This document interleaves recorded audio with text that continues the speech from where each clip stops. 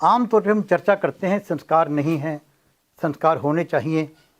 तो मैं 3 बातों पर कहने की कोशिश करूंगा कि संस्कार क्यों, संस्कार क्या हैं और संस्कार अपने में कैसे लेकर आएं।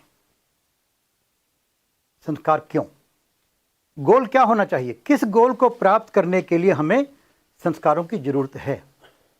गोल व्यक्ति के डिफरेंट हो सकते हैं, पूरा जीवन हम गोल नहीं ढूंढ पाते अपना, पर एक गोल के ऊपर सब सहमत होते हैं। जो धर्म का गोल है या सनातन धर्म का गोल है वो है सर्वे भवन्तु सुखिना, सर्वे सन्तु निरामया, सर्वे भद्राणि पश्यन्तु, माँ कश्चित् दुर्भाग् भवेत्।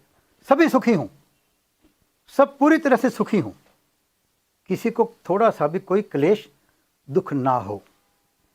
जो इस बात को नहीं कहता वो धर्म नहीं हो सकता, कोई मत हो सकता है, लेकिन धर्म कहेगा सब सुखी हों। अब सब सुखी कैसे हों? कहते हैं कि पहला सुख निरोगी काया।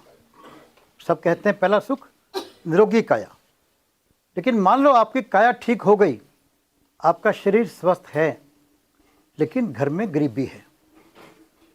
रामायण में तुलसीदास जी ने लिखा है कि सबसे बड़ा दुख कौन सा? गरीबी का। सबसे बड़ा सुख पैसे में नहीं कहा, लेकिन दुख किस में? गरीबी के अंदर। मान लो घर में पैसा भी आ गया, लेकिन घर में रोज कलेश होता है, बाप बेटा लड़ते हैं, पति पत्नी लड़ते हैं, क्या आप सुखी रह पाओगे? नहीं रह पाएंगे। आपस में प्रेम भी चाहिए, निरोगी काया चाहिए, घर में माया भी चाहिए, आपस में प्रेम भी चाहिए। ये तीनों चीजें हो गई। लेकिन मोहल्ले में 4 राक्षसी वृत्ति के लोग रहते हैं, वो आते जाते बहन बेटी को तंग करते हैं, वो आते जाते लोगों को लूटने की कोशिश करते हैं।